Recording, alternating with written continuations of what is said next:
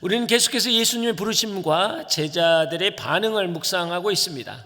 특별히 요한복음 1장을 보면 예수님을 처음 만난 제자들의 반응이 매우 인상적입니다. 안드레, 요한, 그리고 빌립과 베드로는 예수님을 만난 지 얼마 되지 않았습니다. 그들은 아직 깊은 말씀의 묵상을 배우지 못했고 오랜 훈련을 받은 것도 아닙니다. 그러나 그들은 예수님을 만나자 즉시 세상으로 나아가 외쳤다라는 것입니다. 안드레는 형 시몬을 만나서 내가 메시아를 보았다라고 선포했고, 빌립은 나다나엘에게 뛰어가서 와서 보라라고 말했다라는 거예요. 여러분, 이들의 고백은 단순한 감정의 흥분이 아니었습니다. 확신에서 비롯되는 증거였다라는 거예요. 사랑하는 여러분, 제자는 단순히 교회에 출석하는 사람이 아니라 자기 가슴에 분명한 증거를 가진 사람입니다. 이 두 제자는 주님과 함께 보낸 시간은 단 하루밖에 되지 않았습니다. 그러나 그들의 삶의 방향은 바뀌었고 언어는 달라졌다라는 것이죠. 우리 신앙은 어떻습니까? 오늘 많은 그리스도인들은 교리의 소유자로 머물러 있습니다. 성경을 읽고 예배를 드리고 교회에 출석합니다. 그러나 정작 당신은 예수님을 만났습니까? 라는 질문 앞에 말문이 막히곤 한다라는 것이죠.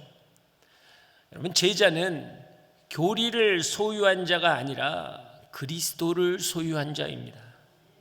그리스도를 만난 증인이라는 것이죠. 그렇기 때문에 제자도의 시작은 훈련이 아니라 만남이라는 거예요.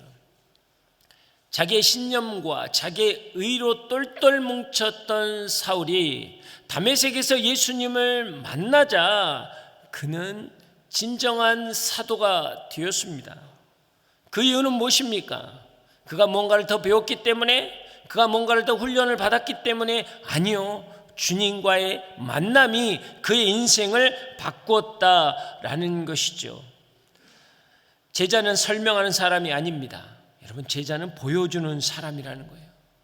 세상은 우리의 세련된 논리를 원하는 것이 아닙니다. 그리스도를 만난 자의 그 형용할 수 없는 평안과 확신을 보고 싶어 한다라는 것이죠. 사랑하는 여러분, 여러분은 예수님을 만나셨습니까? 세상이 감당하지 못할 평안과 확신이 여러분 가운데 있느냐라는 것입니다.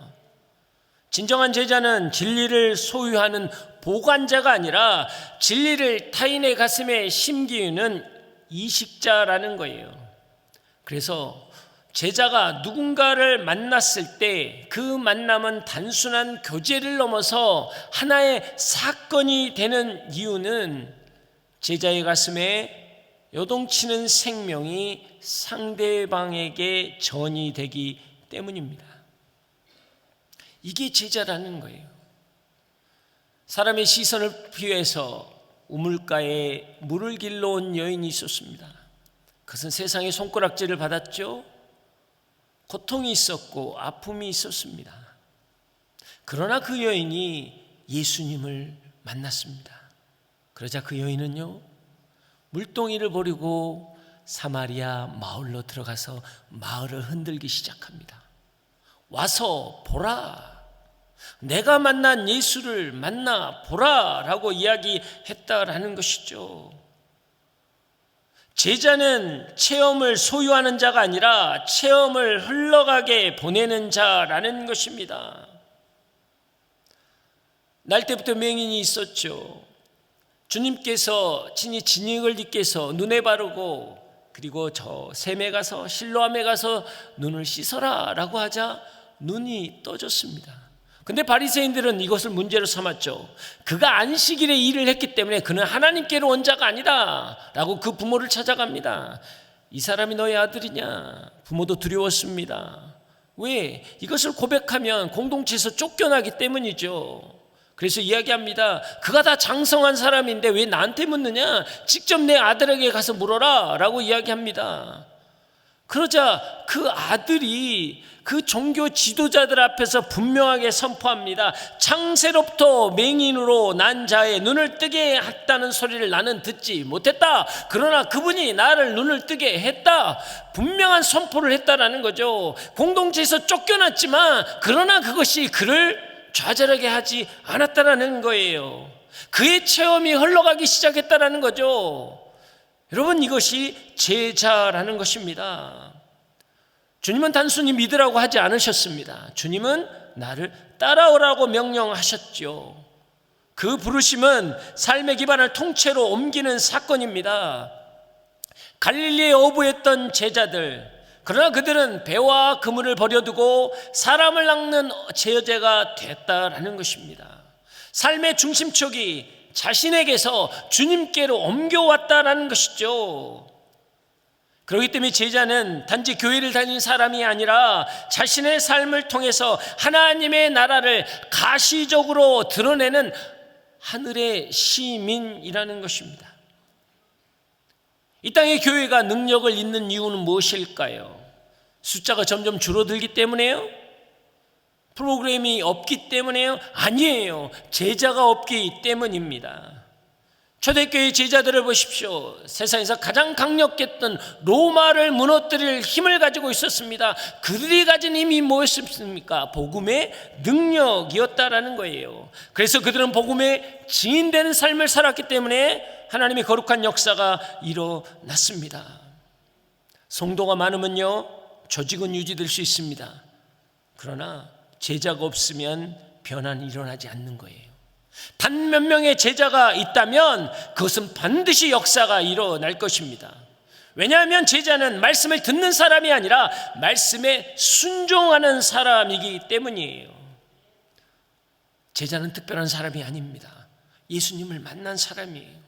그리고 그 만남을 붙잡고 나아가는 사람이라는 것이죠. 제자는 말씀을 삶으로 번역하는 사람이라는 거예요. 진리를 삶의 사건으로 나타내는 사람이라는 것입니다. 제자는 복음을 입술로 선포하는 사람들입니다.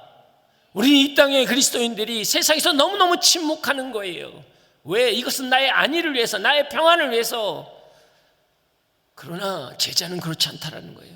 내가 불편해져도, 내가 어려워져도 그 침묵을 깨고 와서 보라라고 선포하는 사람들이라는 것입니다.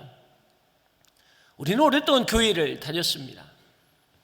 수많은 설교를 들었고 다양한 말씀을 공부했습니다. 이것을 세상의 기준으로 보면요, 아마 박사학위는 몇 개를 따도 남을 만한 시간이고 말씀의 양이라는 거예요. 여러분 어떻습니까? 세상의 박사학위를 가지면 거기에 전문가라고 이야기합니다. 우리는 어떠냐라는 거예요. 그 많은 말씀과 그 많은 시간을 예배했는데 그럼에도 불구하고 삶의 변화나 영적 능력이 나타나지 않는다면 우리는 아직 제자의 자리에 서지 못한다라는 것입니다. 문제는 지식이나 말씀의 부족이 아닙니다. 헌신의 결핍이라는 거예요. 마음으로 누구나 제자가 되기를 원합니다. 그러나 몸은 성도의 자리에 머물러 있고 싶어 한다라는 거죠. 거친 세상을 핑계 삼아서 주일만 잘 지키면 되는 거 아닌가? 라고 자기 합리화에 여러분 울타리를 치고 있다라는 것입니다. 그러나 주님은요, 분명히 이야기합니다. 적당한 거리를 유지하며 혜택만 누리는 군중이 아니라 자신의 그물과 배를 버리고 뒤를 쫓는 제자를 찾고 있다라는 것입니다. 오늘 주님의 부르심은 현재형입니다. 우리에게도 동일하게 그 부르심을 요구하고 계신다라는 것입니다. 교회는 이 갈림길에 서 있는 것이죠. 성도로 머물 것이냐, 제자로 나아갈 것이냐. 저는 이 말씀을 준비하면서 강력하게 하나님이 말씀하셨어요. 양지 캠퍼스는 단순히 위로받는 성도의 모임으로 끝날 수 없다. 하나님께서는 우리 공동체를 통해서 제자를 세우는 교회가 될 것이다 라는 것이었어요. 너는 선포하라는 거였습니다. 성도들이 결정할 수 있도록 너는 분명하게 이야기해야 된다. 이게 하나님의 말씀이었다라는 거예요. 그러므로 우리는 결단해야 합니다. 편안함을 쫓는 시상을 벗어나서 주님의 부르심 앞에 응답하는 삶을 살아야 한다는 거예요. 그는 여러분 가운데 계실 주님 축복합니다. 그래서 제가 기도원의 300용사로 300칸을 만들었어요. 할렐루야. 그러면 순회 참석하는 모든 성도는 기록을 하셔야 할 겁니다. 네. 이름을 확인해 보겠습니다. 내 신앙을 주일 교회 출석으로 둘 것이냐, 아니면 복음을 증거하는 따름으로 둘 것이냐. 여러분의 이 갈등 앞에 주님은 분명히 말씀하십니다. 나를 따르라. 그럼 누가 제자가 될 수 있을까요? 제자는 단순 예수님을 아는 사람이 아닙니다. 예수님을 찾는 사람입니다. 시편 42편 1절에 보면 하나님이여 사슴이 시냇물을 찾기에 갈급함같이 내 영혼이 주를 찾기에 갈급하나이다. 목마름이 있는 영혼, 채워지지 않는 갈증을 안고 하나님을 찾는 사람, 그 갈망이 바로 제자의 출발점이라는 거예요. 배움이 없어도, 사회적으로 초라해도, 가진 것이 없어도 상관이 없습니다. 그러나 주님은 한 가지를 분명히 보십니다. 그 영혼이 하나님을 향한 목마름이 있는가? 라는 거예요. 그 갈망이 있다면 주님은 그 영혼을 부르신다라는 것입니다. 안드레와 요한을 보십시오. 그들은 세례 요한의 제자였습니다. 그들은 메시아를 갈망했습니다. 그런데 세례 요한이 예수님을 보면서 보라 세상죄를 지고 가는 하나님의 어린 양이다 라는 선포가 있자 그들은 즉시 반응합니다. 왜일까요? 왜 스승을 버리고 예수님을 따랐을까요? 그들 안에는 갈망이 있었던 것이죠. 메시아를 기다리는 마음이 있었고 죄가 해결할 그분이 우리 가운데 오시기를 바랬다라는 거예요. 하나님의 나라를 사모하는 마음이 있었다라는 것이죠. 그래서 그들은 전혀 망설이지 않고 여러분 그냥 따른 거예요. 그들이 제자가 된 조건은 하나입니다. 갈망함이었다라는 거예요. 갈망함이 그들의 영혼을 열었다라는 것입니다. 베드로를 보실까요? 베드로의 첫 장면은 특별한 갈망이 없어 보입니다. 왜? 안드레가 데려왔기 때문이죠. 안드레는 예수님을 만나고 하루 동안 주님과 머물렀습니다. 말씀을 들었습니다. 굉장히 좋았을 거예요. 근데 안드레가 그 말씀을 듣고 은혜가 충만했는데 한 사람을 떠올렸습니다. 그 사람이 누구냐? 베드로였다는 거예요. 왜 베드로를 떠올렸을까요? 베드로는 내 형은 나와 함께 메시아를 갈망하는 사람이었거든요. 그거를 알거든요. 시대의 아픔을 함께 나누었고 시대의 소망을 함께 말했던 베드로. 그래서 내가 형에게 가면 형이 분명히 그것을 알 것이다. 왜? 형이 기다렸던 메시아를 내가 만났기 때문에. 그래서 여러분 달려간 거예요. 베드로 안에도 그 마음이 있었다라는 거예요. 처음 반응은 여러분 그냥 시큰둥한 것 같지만 여러분 예수님께서 배에서 그물을 내려 고기를 잡으라라고 했을 때 고기가 찢어질 듯 그물이 찢어질 듯 잡힌 그 순간에 베드로는 알았던 거거든요. 물고기의 길을 아시는 하나님은 나를 아신다. 그 메시아가 주님이시다. 그래서 납작 엎드리잖아요. 나는 죄인입니다. 그때 한마디 하자. 나를 따르라. 아무것도 붙잡지 않고 놓고 떠납니다. 왜? 그 갈망이 채워졌기 때문에. 그 갈망이 있었기 때문이에요. 빌립도 마찬가지입니다. 주님이 따르라고 할 때 여러분 아무런 군더더기 없이 그냥 따라요. 그러고 난 다음에 나다넬에 가서 이야기합니다. 율법에 기록된 자, 선지자가 말했던 자, 그분을 우리가 만났다라는 이야기예요. 그것은 무엇입니까? 평상시에 그런 메시아를 사모하는 마음이 있었거든요. 정말 기대함과 좌절함의 시간들을 경험하면서 기다렸던 그 시간들이 그 문장 안에 담겨 있는 거예요. 그 갈망이 담겨 있었기에 그들은 온전히 하나님을 따르는, 주님을 따르는 제자가 되었다라는 것입니다. 사랑하는 여러분, 갈망이 부르심을 만드는 것입니다. 하나님의 모든 초점은요, 인간의 능력에 있지 않고 인간의 결핍을 향하고 있습니다.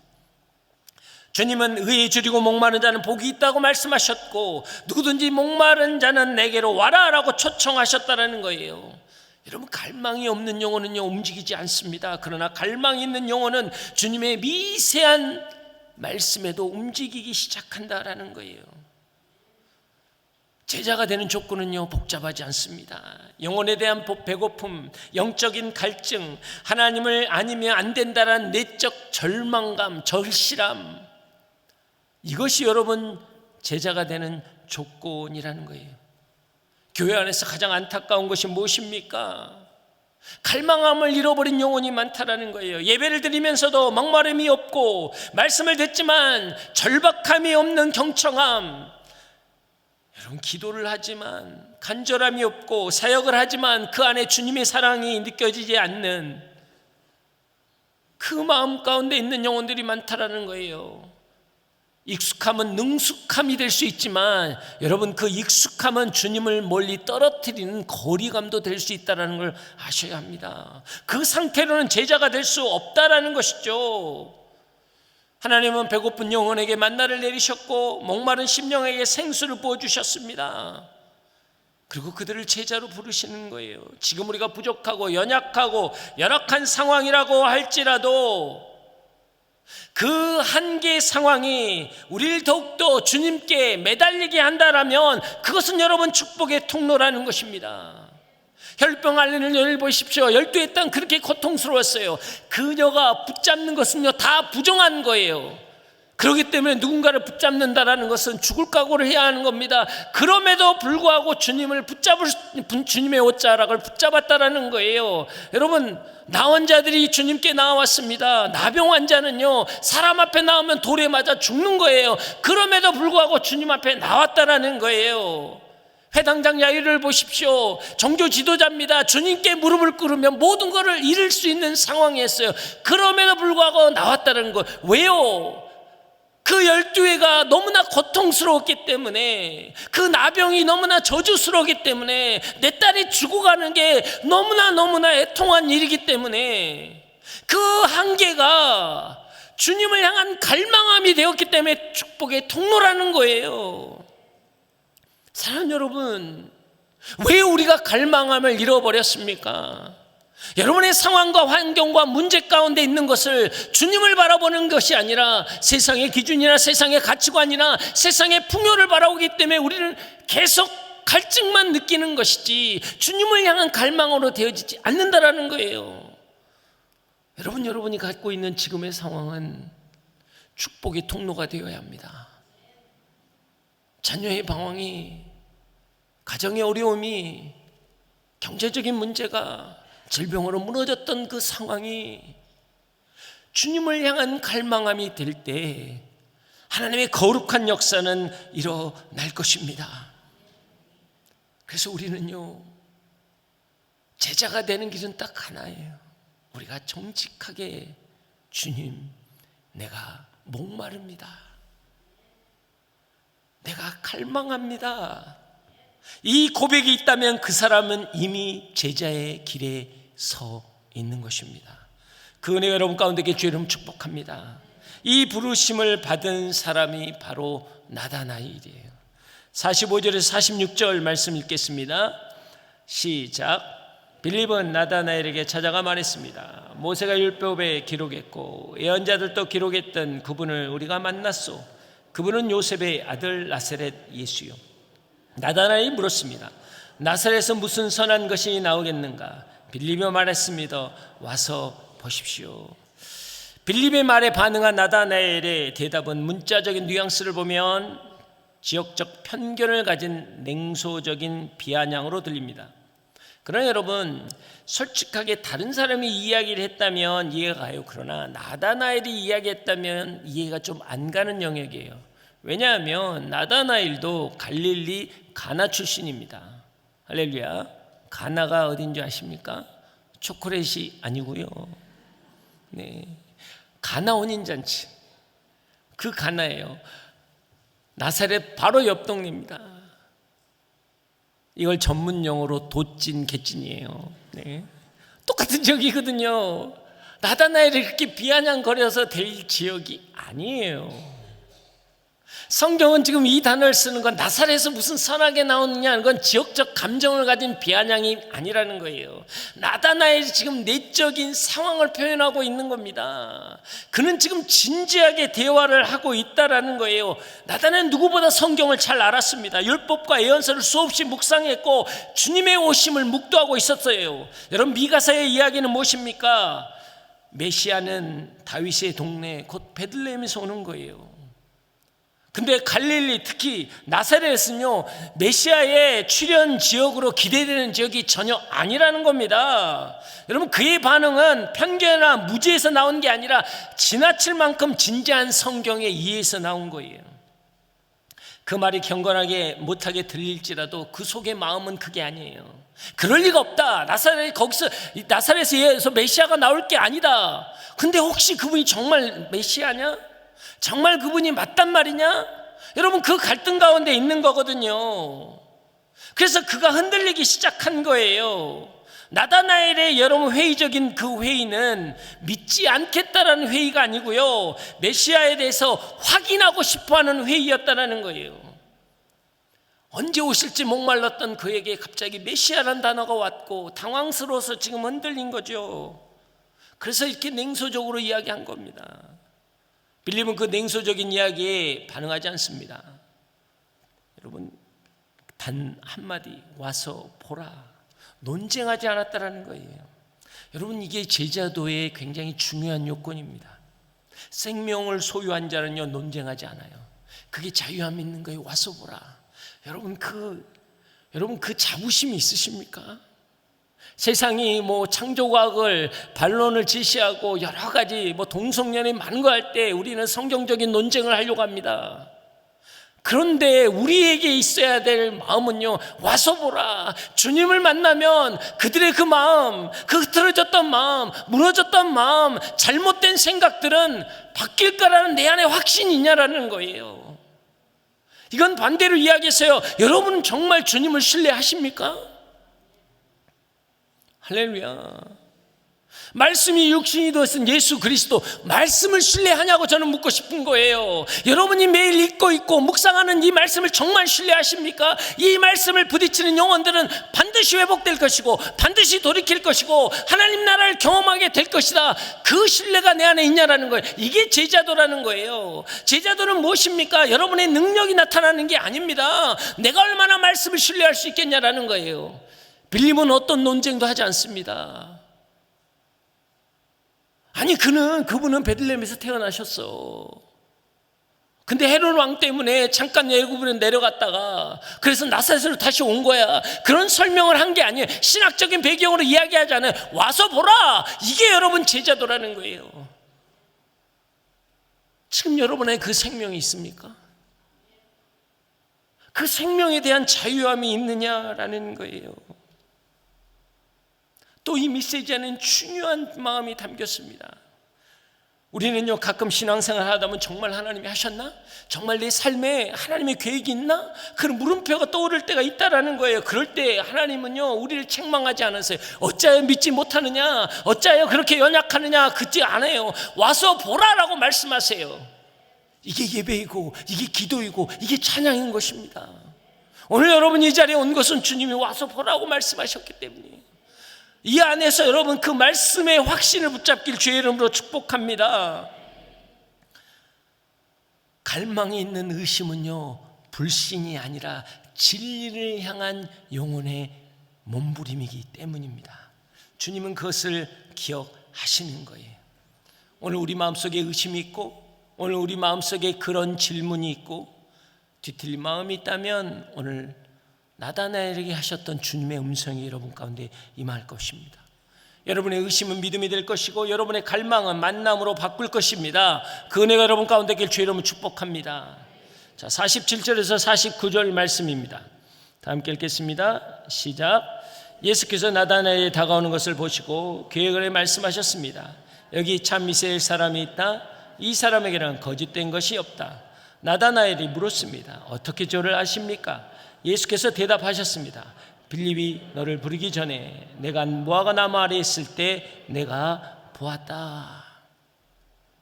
예수님께서 나다나엘에게 보여주신 말씀은 무엇입니까? 단지 거기에 내가 있는 걸 알았다라고 하는 게 아니에요. 그 마음속 깊이 끌어넘쳤던 그 갈등과 갈망함을 내가 보았다라고 이야기하는 거예요. 유대 전통에 따르면 무화과나무 아래에서 있는 것은 단순한 쉼터가 아닙니다. 율법을 묵상하고 민족을 위해 기도하는 경건의 자리라는 거예요. 오늘 나다나엘이 붙잡고 있던 성경적 그림은요, 야곱이었거든요.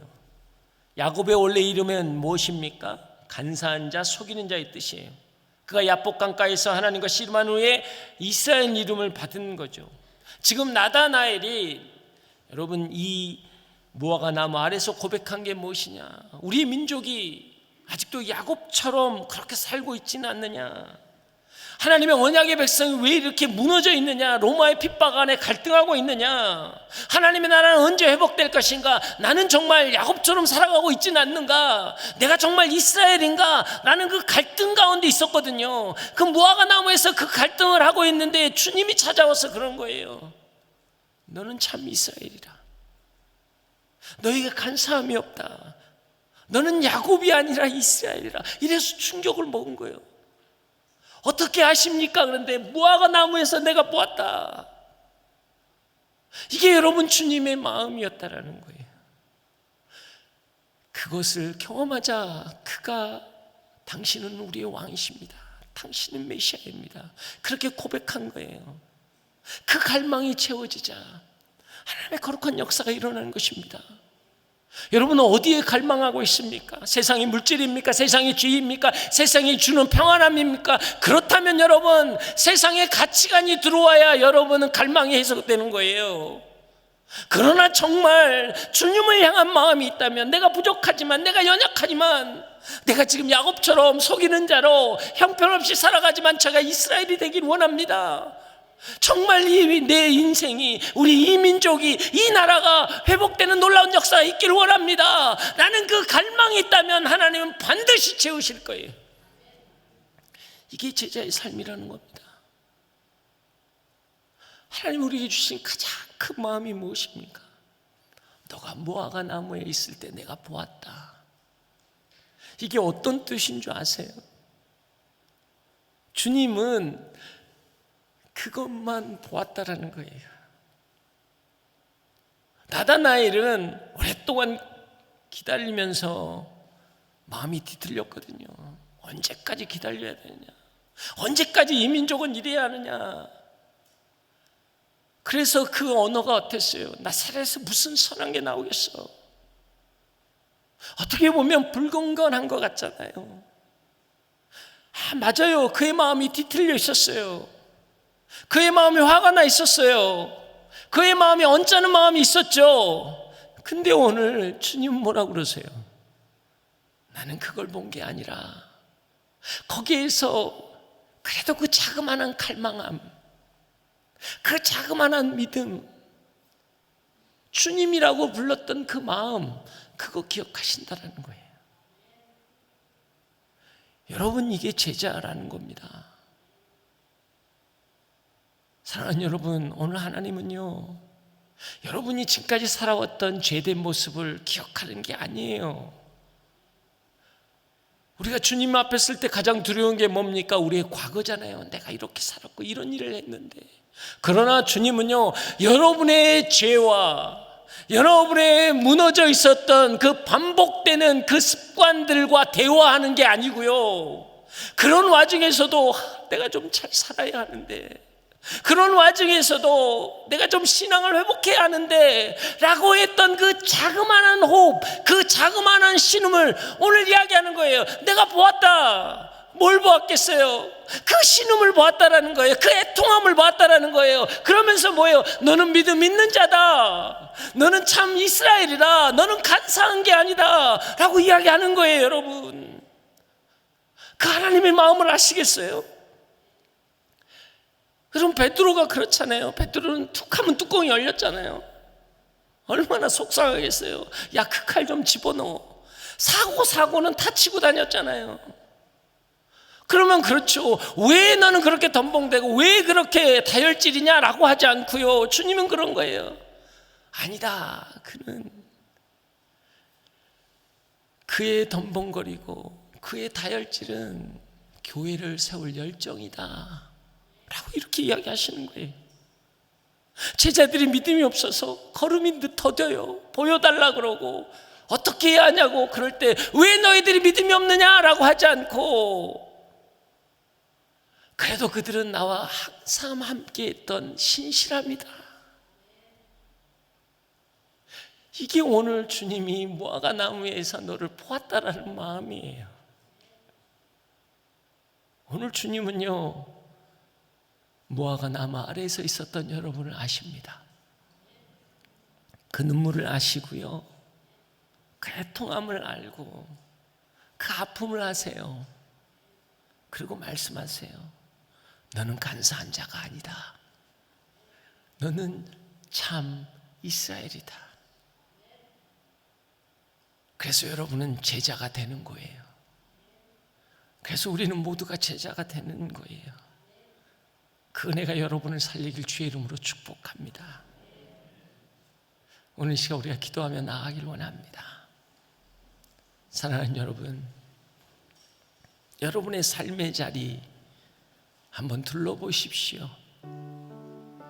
무너져 있는 곳이 있고 애통함이 있습니까?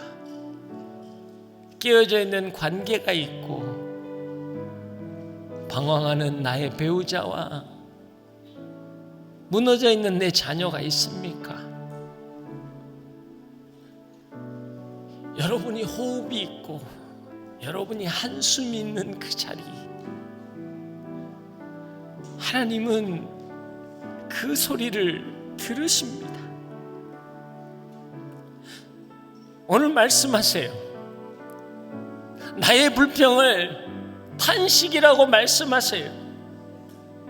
나의 모난 성격, 거친 성정을 거룩한 열정이라고 말씀하세요.